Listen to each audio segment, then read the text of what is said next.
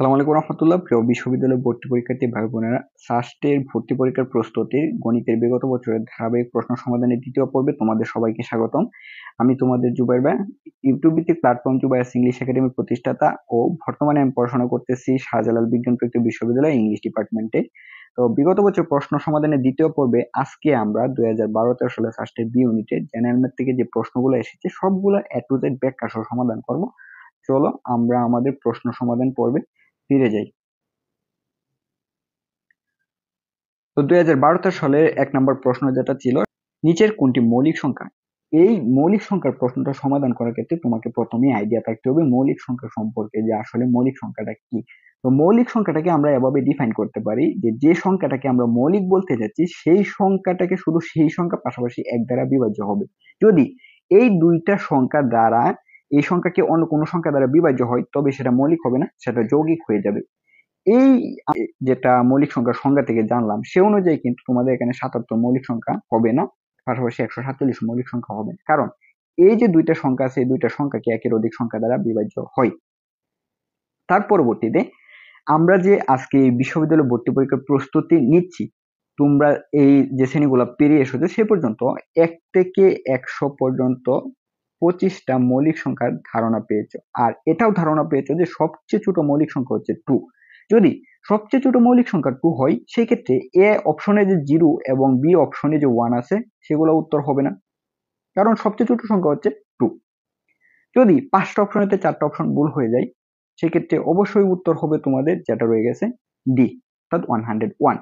এখন আমার কথা যদি বিশ্বাস না হয় সেক্ষেত্রে তোমরা কি করতে পারো, যে অনলাইনে সার্চ দিয়ে দেখতে পারো যে 101 মৌলিক সংখ্যা কি না। পরবর্তী প্রশ্ন, ত্রিভুজের 3টি বাহুর দৈর্ঘ্য দেওয়া আছে, সমকোণী ত্রিভুজ গঠন করে নিচের কোন বাহুগুলো দিয়ে? তো এই প্রশ্ন সমাধান করতে গেলে তোমাদের একটু গণিতবিদের সূত্র অবলোকন করতে হবে। সেটা হচ্ছে যে এখানে হচ্ছে এবিসি একটা সমকোণী ত্রিভুজ। এখন এই সমকোণী ত্রিভুজের আলোকে গণিতবিদ পিথাগোরাস একটা সূত্র দিয়েছিলেন যে যদি বাহুগুলো এই সূত্রটা প্রমাণ করে তবেই কিন্তু সমকোণী ত্রিভুজ গঠন করবে। সেটা হচ্ছে S square equal to AB square plus BC square, যেখানে কিনা এখানে যে এসি রয়েছে এই এসিটা হচ্ছে সমকোণী ত্রিভুজের অতিভুজ, আর এখানে যে এবি রয়েছে সেই এবিটা হচ্ছে সমকোণী ত্রিভুজের লম্ব, আর বিসিটা হচ্ছে সমকোণী ত্রিভুজের তোমাদের ভূমি। তো অপশন গুলার মাঝে যে মানগুলো রয়েছে সেগুলা কিন্তু 3টা করে দেওয়া, আর 3টা কিনা 3টা ভ্যালু ইন্ডিকেট করতেছে, অর্থাৎ এখানে যে প্রথম ভ্যালুটা আছে 8 সেটা হচ্ছে তোমাদের এখানে লম্ব, পাশাপাশি এখানে যে 9টা আছে সেটা হচ্ছে তোমাদের ভূমি, আর 10 হচ্ছে অতিভুজ। এখন এই অপশনগুলা থেকে একটা অপশনের আমরা মান নিয়ে এই সূত্রটি ব্যবহার করে দেখবো যে আসলে এটা প্রুভ করে কিনা। তো আমি এখান থেকে ই অপশনটাই বেছে নিলাম, যেটা কিনা আজকের প্রশ্নের উত্তর। আমি তোমাদেরকে যে প্রসেসটা দেখিয়ে দিচ্ছি, পরবর্তীতে প্রশ্নে যদি এমন তোমাদের মিলে যায় তবে এই সূত্রটা প্রয়োগ করে যাতে তোমরা সমাধান করতে পারো। সো এসি অবশ্যই কি হবে, তোমাদের এখানে 15 হবে, তাহলে 15 স্কোয়ার ইকুয়াল টু হবে 9 স্কোয়ার প্লাস 12 স্কোয়ার ভা 15 স্কোয়ার 225 ইজ ইকুয়াল টু হচ্ছে 81 প্লাস 144 বা 25 ইকুয়াল টু হবে 250। তাহলে অবশ্যই উত্তর তোমাদের ই। একইভাবে তুমি যদি এখানে এ অপশনের মান নাও, বি অপশনের মান নাও, সি অপশনের মান নাও, সেই ক্ষেত্রে কি হবে, এখানে তোমাদের এই অপশনের ভ্যালুগুলো ব্যবহার করে যে মানটা আসবে সেটা ইকুয়াল টু হয়ে যাবে তোমাদের লম্ব স্কোয়ার প্লাস ভূমি স্কোয়ার। পরবর্তী প্রশ্ন, x plus 2/x is equal two 3 হলে x plus 1 into x minus 4 এর মান কত? তো এই প্রশ্নটা পড়ে আমরা বুঝতে পারছি যে এটা এসেছে তোমাদের বীজগাণিতিক রাশি যে 3 নম্বর অধ্যায় আছে সেখান থেকে, পাশাপাশি এখানে মান নির্ণয় করতে বলছে। তো আমরা মান কিন্তু দুইভাবে নির্ণয় করতে পারি, এক হচ্ছে সূত্র কিংবা অনুসিদ্ধান্তে অ্যাপ্লাই করে, পাশাপাশি আরেকটা অপশন হচ্ছে যে তোমাদের মূল দ্বারা সিদ্ধ করার মাধ্যমে। তো এখানে আমি প্রসেস যে সূত্র কিংবা অনুসিদ্ধান্ত অ্যাপ্লাই করে দেবো সমাধান করা যায় সেটা দেখিয়ে দিচ্ছি। সো দেওয়া আছে তোমাদের x plus 2/x is equal two হচ্ছে 3। আমি এ পর্যন্ত যে লিখলাম, অধিকাংশ স্টুডেন্ট এই পর্যন্ত লিখবে কিন্তু পরবর্তী আর এগুতে পারবে না, কারণ আমরা বীজগণিতিক রাশি অধ্যায়ে যে অঙ্কগুলো সমাধান করেছি সেই ক্ষেত্রে একটা বীজগাণিতিক রাশি আমরা এমন প্রায় দেখা পেয়েছি, সেটা হচ্ছে x plus 1/x equal to √2। এখানে এক্স ধরে নিলাম কারণ এই ভ্যালুটা তোমার পরিবর্তনশীল, যেটা প্রশ্নকর্তা দিয়ে থাকে আর কি, এমনটা দেখা পেয়েছি। কিন্তু এখন আমরা দেখতে পাচ্ছি a1 এর জায়গায় এখানে কি দেওয়া আছে, 2 দেওয়া আছে। তো এখানে গিয়ে অধিকাংশ শিক্ষার্থী তোমার ব্যয় বা চাকাটা খাবে। তো চলো এটাকে আমরা সমাধান করি। ভা এখান থেকে যদি আমরা এক্স কিনে লসাগু করি তাহলে হবে x square plus 2 is equal to হবে 3। তার পরবর্তীতে এখানে যে এক্স রয়েছে সেই এক্সটাকে আমরা টি এর সাথে কি করে দেবো, গুণ করে দেবো, কারণ আমরা জানি যখন এক পক্ষে এটা বাঘ হিসাবে থাকে তখন যখন পক্ষ চেঞ্জ হয় তখন সেটা গুণ হয়ে যাবে। So x square plus 2 equal to হবে তোমাদের 3x, বা x square minus 3x plus 2 is equal to হবে 0। এখন এখানে যে আমরা রাশিটা পাইছি সেটাকে আমরা কি করতে পারি, মিডিল টার্ম করতে পারি। তো মিডিল টার্মটা এমন ভাবে করতে হবে, সেটা হচ্ছে তোমাদের শেষ যে তোমাদের একটা কনস্ট্যান্ট আছে, এই কনস্ট্যান্ট মানটাকে তোমাদের প্রথম যে চলকটা আছে সেটাতে গুণ করতে হবে। গুণ করে যে রেজাল্টটা আসবে সেই রেজাল্টটাকে এমন ভাবে তোমাকে ভাঙতে হবে যাতে কি হয় যে আমরা যে এখানে গুণ করে যে মানটা পেয়েছিলাম সেই মানের কোনো পরিবর্তন না হয়। তো আশা করি তোমরা বুঝতে পারছো। তাহলে আমি বলছিলাম যে প্রথম যে কনস্ট্যান্ট আছে সেই কনস্ট্যান্টটাকে আমরা কি করব, গুণ করব। যদি আমরা গুণ করি তাহলে হবে তোমাদের 2x², আর 2x² কে এভাবে ভাঙা যায় যে -2x minus x plus 2 is equal two হচ্ছে তোমাদের 0।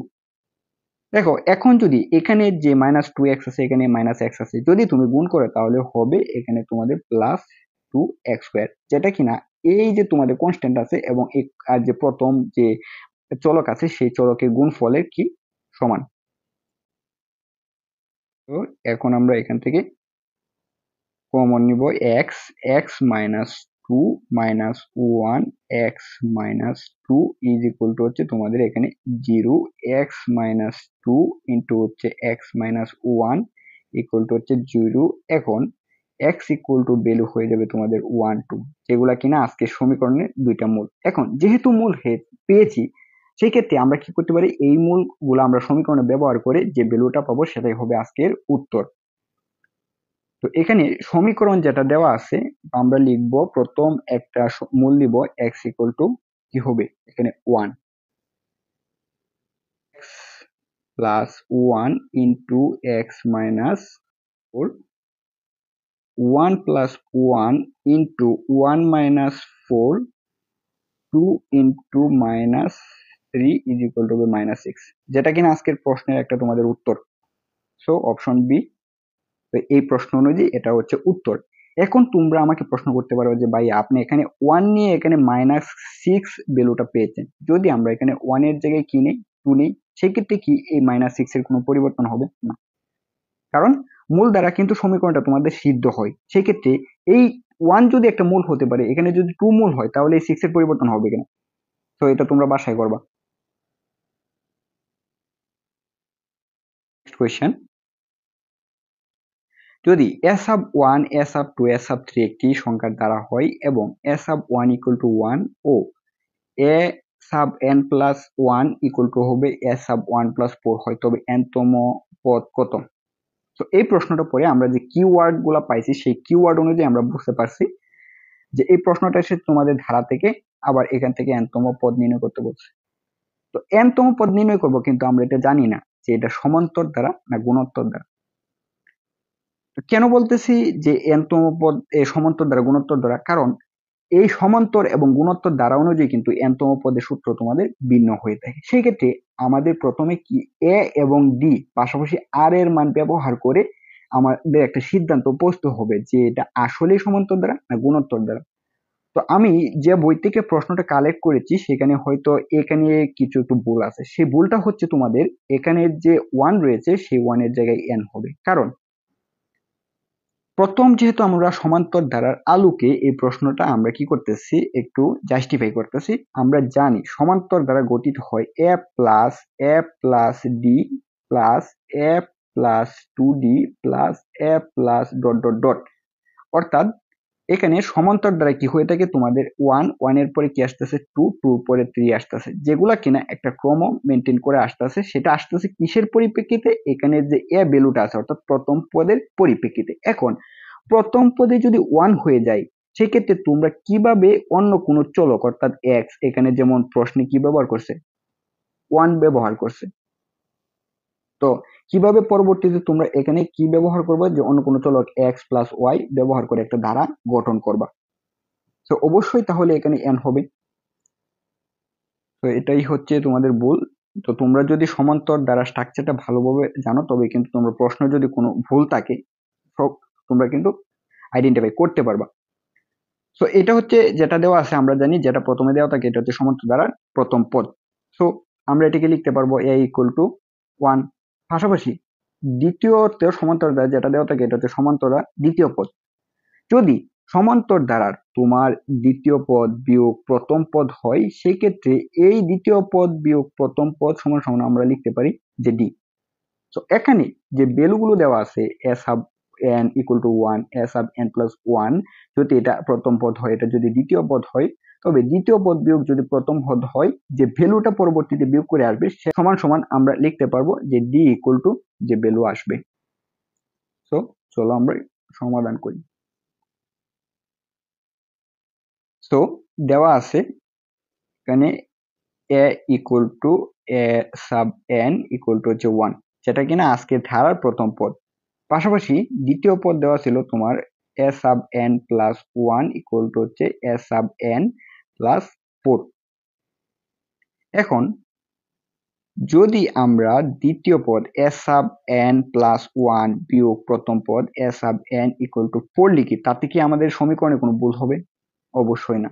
যদি ভুল না হয়, এখানে একটা বিষয় তোমরা লক্ষ্য করো যে আমরা কিন্তু দ্বিতীয় পদ বিয়োগ প্রথম পদ বিয়োগ করেছি, তাহলে এই দুইটা সমান সমান আমরা লিখতে পারি এখানে ডি, তাই কিনা সমান্তর দ্বারা অন্তরের মান বহন করে। তো আমরা এখন এর মান পেয়েছি এখান থেকে, পাশাপাশি ডির মান পেয়েছি, তাহলে সহজেই আমরা সমান্তর দ্বারা এনতম পদ নির্ণয় করতে পারি। কারণ যখন কোনো সমান্তর দ্বারা এর মান এবং ডির মান জানা থাকবে সেই ক্ষেত্রে এনতম পদ সূত্র ব্যবহার করে আমরা মান কিন্তু নির্ণয় করতে পারি। তো এনতম পদ হয়ে যাবে a plus n minus 1 into D.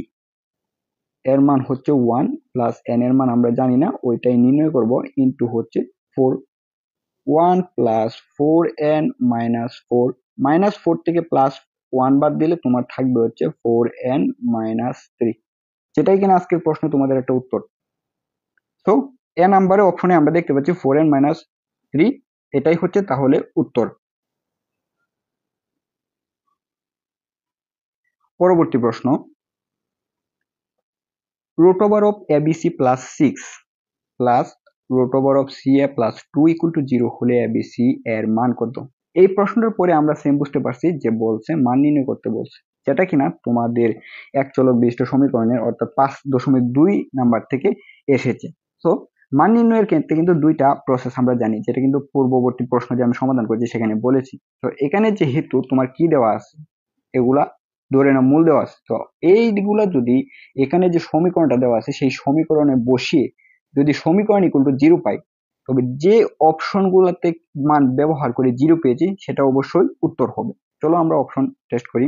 তো a =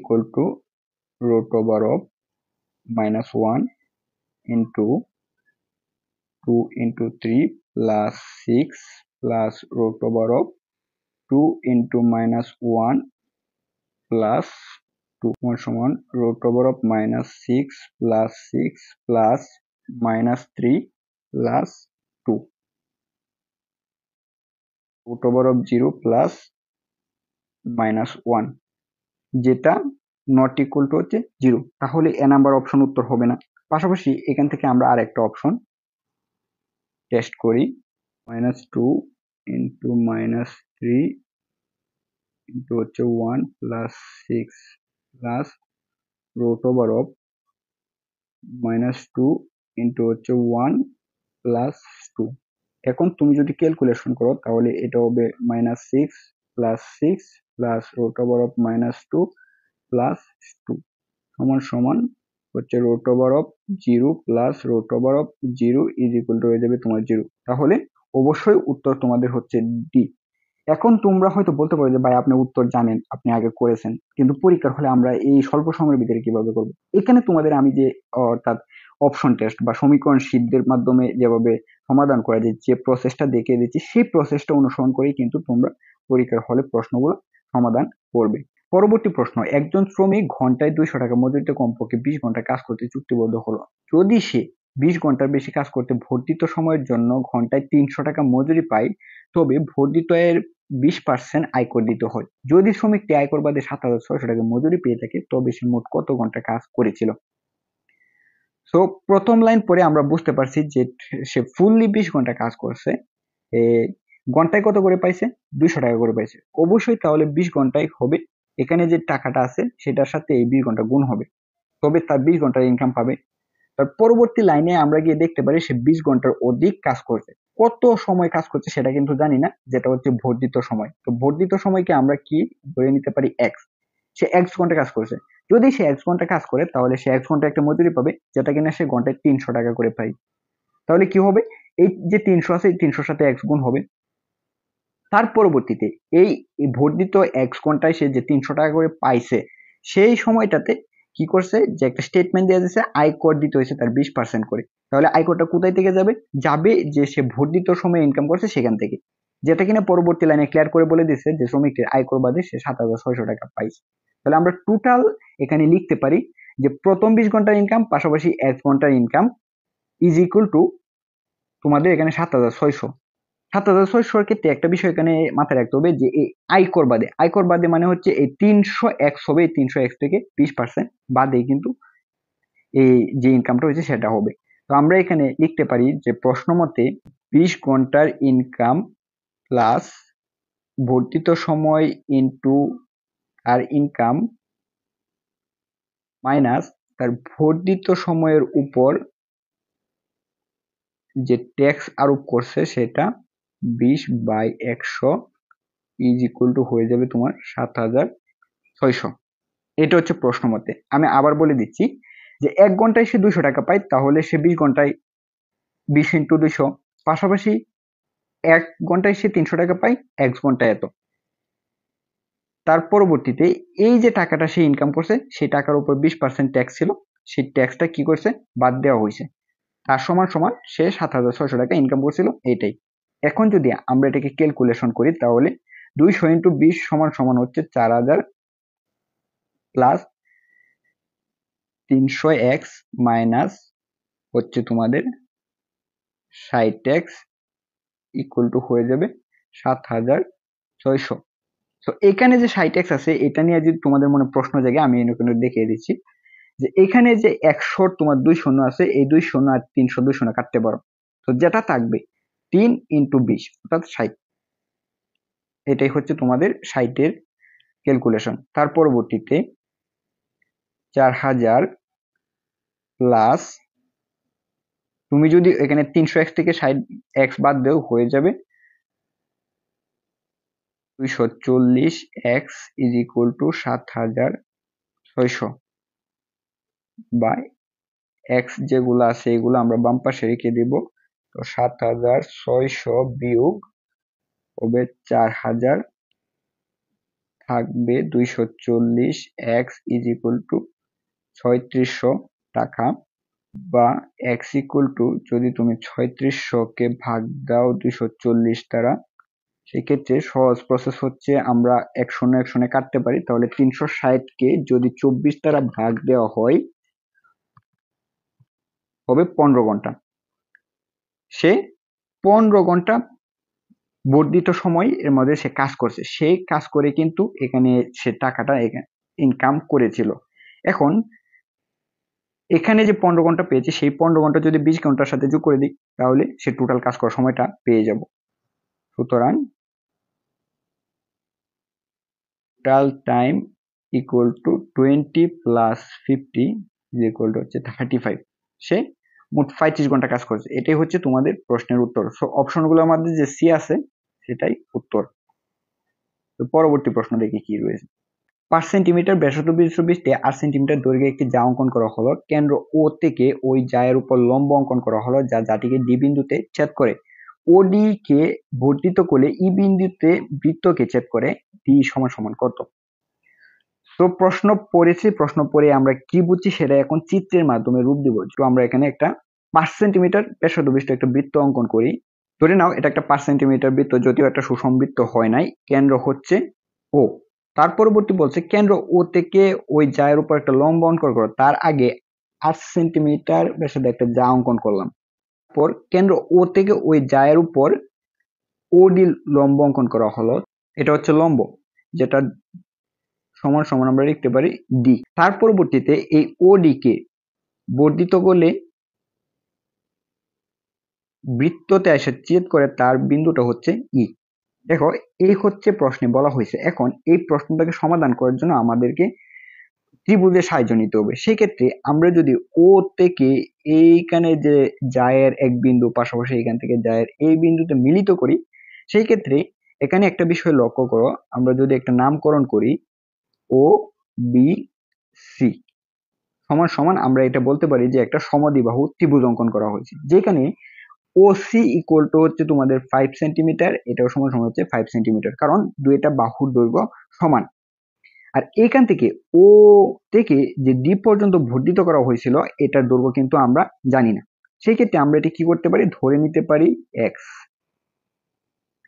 আরেকটার দৈর্ঘ্য আমরা এখানে জানি, সেটা হচ্ছে যে ও ই ইকুয়াল টু 5।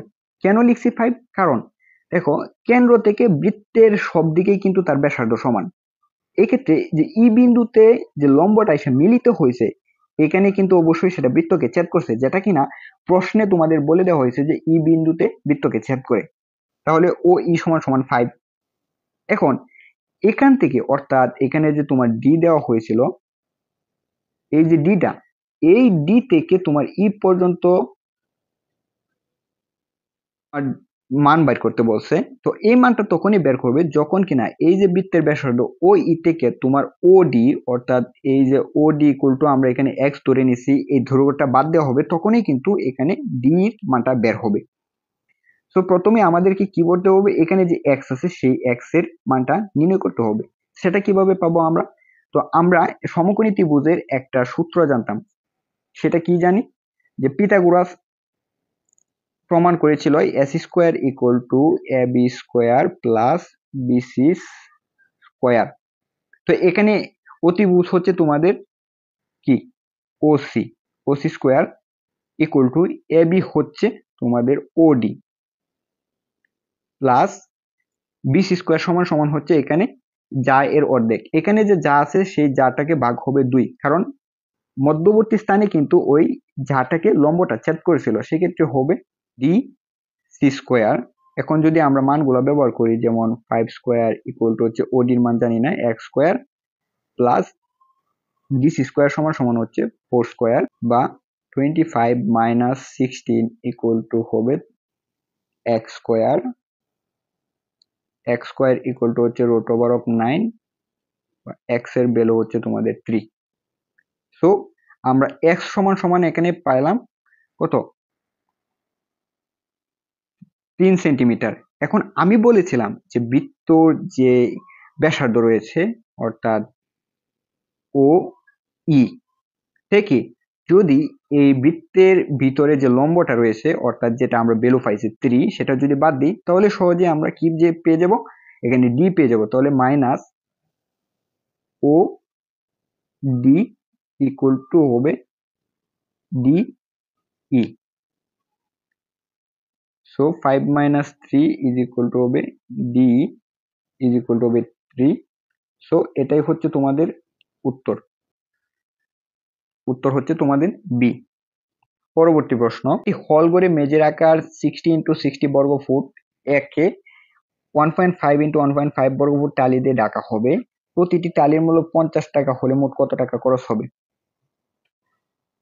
তো এখানে দেওয়া আছে মেজের আকার দেওয়া আছে, পাশাপাশি এখানে যে টালির আকার সেটাও কিন্তু দেওয়া আছে। এখন তোমরা কি করতে পারো, এই যে টালির আকার, এটা দেখো কি একটা হাস্যকর প্রশ্ন করছে। এখান থেকে ওরা পারতো যে এটাকে সমান সমান এখানে 3600 লিখে দিতে পারতো, পাশাপাশি 1.5 ইন্টু 1.5 এটাকে লিখে দিতে পারো 2.25। তোমাদের একটু ঝামেলা বাড়ায় দিয়েছে, সাস্টে এমনই তোমাদের একটু প্রশ্ন করবে। যদি এখানে যে 3600 আছে, এই 3600টাকে তুমি যদি এখানে যে ক্ষেত্রফলটা পাইছো এটা দ্বারা যদি ভাগ করো, তবে কিন্তু কি পাবা, তোমাদের টালির সংখ্যা পাবা। আর টালির সংখ্যা যদি পাওয়া যাও, যতগুলা টালি পাইছো সেই টালিটাকে যদি এখানে একটার মূল্য যত আসছে পাশাপাশি জয়টা তুমি পাইলা ওটা দ্বারা গুণ করো, তাহলে কিন্তু সহজেই মোট খরচটা পেয়ে যাবা। তো এক্ষেত্রে আমরা কি লিখতে পারি, যে টালির সংখ্যা ইকুয়াল টু 3600 ভাগ 2.25 ইজ ইকুয়াল টু 1600টি। তো টোটাল তালি পাইছি আমি 1600টি, টালির প্রাইস হচ্ছে তোমাদের 50 টাকা। তাহলে এখানে যে 1600টি আছে সেই 1600টি টালির প্রাইস হচ্ছে 50 ইন্টু 1600। সো 5 হচ্ছে তোমাদের 80, আর হচ্ছে 3 শূন্য, সো 80,000 টাকা। এটা হচ্ছে তোমাদের প্রশ্নের উত্তর। উত্তর হচ্ছে ডি। পরবর্তী প্রশ্ন, এক ব্যক্তি মোটর সাইকেলে 22 মাইল পথ অতিক্রম করলো। মোটর সাইকেলের চাকার ব্যাস হচ্ছে 2 ফুট হলে এর চাকাটি কয়বার ঘুরেছে? তো এই প্রশ্নটা সমাধান করতে হলে অবশ্যই হয় যে চাকার ব্যাস আছে সেটাকে মাইলে রূপান্তর করতে হবে, কিংবা এখানে যে সাইকেলটা অতিক্রম করছে সেই অতিক্রমের মাইলটাকে অবশ্যই নয় ফুটে রূপান্তর করতে হবে। কারণ আমরা জানি যে বর্গমিটারকে বর্গমিটার দ্বারা ভাগ করলে আমরা সেই সংখ্যাটা পাবো। এখানে যেহেতু ফুট আছে, তো এখানে যদি ফুট না থাকে তাহলে এটা দ্বারা এটাকে ভাগ করলে কিভাবে আমরা এই চাকা কয়বার ঘুরছে সেটা সংখ্যাটা পাবো। সো প্রথমে তোমাকে জানতে হবে যে 1 মাইল সমান সমান কত ফুট। তো আমরা জানি 1 মাইল ইকুয়াল টু হচ্ছে 5280 ফুট, এটা আমরা জানি। সুতরাং এখানে কত দেওয়া আছে, 22 mile. 22 mile equal to 22 into 5280 সমান সমান, আমরা যদি এটাকে ক্যালকুলেশন করি 16,160 হচ্ছে টোটাল ফুট। এত ফুট সে গেছে। এখন এখানে দেওয়া আছে যে চাকার ব্যাস, আর চাকাটা কি, চাকাটা হচ্ছে তোমাদের টোটাল বৃত্তাকার।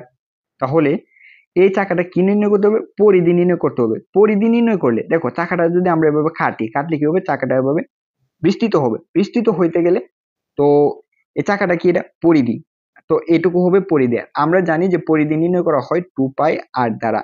আর আমরা এটাও জানি যে কোনো কিছুর যদি ব্যাসার্ধ আর হয় আর এটার দ্বিগুণ ব্যাস হবে 2r।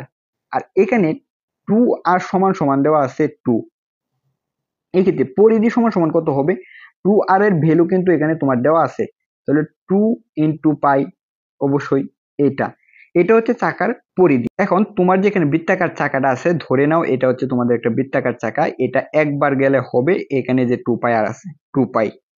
আর এই যে তোমার রাস্তাটা চলে গেছে সেটার টোটাল দৈর্ঘ্য হচ্ছে এত ফুট। এই ক্ষেত্রে কি করবে, যখন চাকাটা আবার ঘুরবে তো অবশ্যই এই জায়গায় এসে আরেকটা বাঁক হবে। তাহলে এটা কি হইতেছে, বাঁক হইতেছে। বাঁক করে কিন্তু একবার ঘোরার সংখ্যা পাইতেছি, দুইবার ঘোরার সংখ্যা পাইতেছি। এখন যদি একবার ঘোরার সংখ্যা ধারা তুমি যদি এখানে টোটালটারে ভাগ করে দাও, তবেই কিন্তু কতবার ঘুরেছে সেটা সংখ্যা পাওয়া যাবে। তাহলে হবে তোমার এখানে সংখ্যা ইকুয়াল টু 1,16,160 ভাগ হচ্ছে 2π। পায়ের মান কিন্তু এখানে তোমাদের দেওয়া ছিল যে 22/7, যেটাকে আমরা জানি 18,480 বার। এটাই হচ্ছে তোমাদের আজকের প্রশ্নের উত্তর। নেক্সট কোয়েশ্চেন, যে প্রশ্নটা আসছে না কিন্তু তোমাদের ত্রিকোণমিতি অধ্যায় আছে, অধ্যায় 9 থেকে। সো দেওয়া আছে tan θ ইকুয়াল টু 4/3, যার একটা রেঞ্জ দেওয়া আছে, শূন্য less than theta less than π/2 হলে sin θ প্লাস cos θ সমান সমান কত। সো কোয়াড্রেন্টের পরিমাণ কিন্তু দেওয়া আছে। সো কোয়াড্রেন্টটাকে যদি আমরা এখানে আইডেন্টিফাই করি তাহলে এমন হবে, তোমার কোয়াড্রেন্টের রেঞ্জটা হচ্ছে তোমাদের এই ফার্স্ট কোয়াড্রেন্ট আর হচ্ছে তোমাদের সেকেন্ড কোয়াড্রেন্ট, যেগুলা কিনা এখানে যে tan θ দেওয়া আছে এই tan θ মানটা ধনাত্মক উভয় ক্ষেত্রে। তো সাইন থিটা প্লাস কস থিটার যে মানটা আসবে সেটা অবশ্যই ধনাত্মক হবে, কারণ এখানে কিন্তু রেঞ্জটা তোমাদের দেওয়াই আছে আর রেঞ্জটাকে কিন্তু আমি নির্দিষ্ট করেছি। তো এই রেঞ্জের মাঝে আমি যদি tan মানটা ব্যবহার করে একটা ত্রিভুজ অঙ্কন করি, ধরো এখান থেকে আমি একটা ত্রিভুজ অঙ্কন করলাম যেটা একটা সমকোণী ত্রিভুজ, আর সমকোণী ত্রিভুজের আর tan থিটা সমান সমান আমরা জানি যে লম্ব বাই ভূমি। তো এখানে হবে 4/3, আর এখানে যেটা মিসিং আছে সেটা হচ্ছে অতিভুজের মান। তাহলে আমাদের কি এই অতিভুজের মানটাই বের করতে হবে। আমি যদি এগুলোকে একটু সংখ্যা দ্বারা চিহ্নিত করি, এটা হচ্ছে এ, এটা হচ্ছে বি, আর এটা হচ্ছে সি। তো এ বি সি দ্বারা চিহ্নিত করার পর পিথাগোরাসের সূত্র হয়ে যায় S square equal to A B square plus BC square. So S এর মান আমরা জানি না, ধরে নিলাম এটা এক্স, এ বির মান জানি 4 square plus 3 square, x equal to হচ্ছে রুট ওভার অফ 25, যেখানে মান আসে +-5। এখন এইখানে প্রথম যে আমি কোয়াড্রেন্টটা অঙ্কন করছিলাম, কোয়াড্রেন্ট দ্বারা একটা রেঞ্জ নির্দিষ্ট করে দিছে, যেখানে বলে দিছে যে tan এর মান অবশ্যই প্লাস। তো এক্ষেত্রে আমরা কি করতে পারি, যে -5 রয়েছে সেই -5 এর ভ্যালুটা আমরা নিতে পারি না, কারণ এখানে কোয়াড্রেন্টটা নির্দিষ্ট করেছিল। তাহলে অবশ্যই কি হবে, যে এখানে x এর ভ্যালু আসবে 5। তো এই যে এখন ত্রিভুজের তিনটা বাহু পাইছি, এই তিনটা বাহুর পরিপ্রেক্ষিতে এখন এখানে সাইন থিটা প্লাস কস থিটার মানটা নির্ণয় করতে হবে। তো আমরা যদি এখানে লিখি, সুতরাং sine theta plus cos theta, তো সাইন থিটা সমান সমান আমরা কি জানি, লম্ব বাহু ত্রিভুজ। তেমনি ভাবে কস থিটা সমান সমান আমরা জানি ভূমি বাহু ত্রিভুজ। সো এখন যদি এখানে যে আমরা লিখলাম লম্ব বাহু ত্রিভুজ পাশাপাশি ভূমি বাহু ত্রিভুজ, এই মানটা যদি ব্যবহার করে দিই, তবে কিন্তু সাইন থিটা প্লাস কস থিটার মানটা আমরা পেয়ে যাব। তো এখানে লম্ব হচ্ছে তোমাদের 4/5 প্লাস ভূমি হচ্ছে 3/5। তো যদি এটাকে লসাগু করে তাহলে হবে 5 কমন গেলে 4 প্লাস 3 ইজ ইকুয়াল টু 7/5। এটাই হচ্ছে তোমাদের প্রশ্নের উত্তর। উত্তর হচ্ছে তোমাদের ই। তো এই ছিল তোমাদের 2012-13 সালের প্রশ্ন সমাধানের পর্ব। পরবর্তীতে তোমাদের পর্ব 3 আসবে, পরবর্তী যে বছরগুলো আছে সেই বছরগুলো প্রশ্ন সমাধান। তো সেই প্রশ্নগুলো তোমাদের পাওয়ার জন্য প্রয়োজন হবে এই জুবাইর ইংলিশ একাডেমির সাথে থাকা। ও আর হ্যাঁ, এখানে তোমাদের যদি কোনো প্রশ্ন বুঝতে অসুবিধা হয় তবে সেটা অবশ্যই ভিডিওর কমেন্ট বক্সে জানাতে ভুলবে না।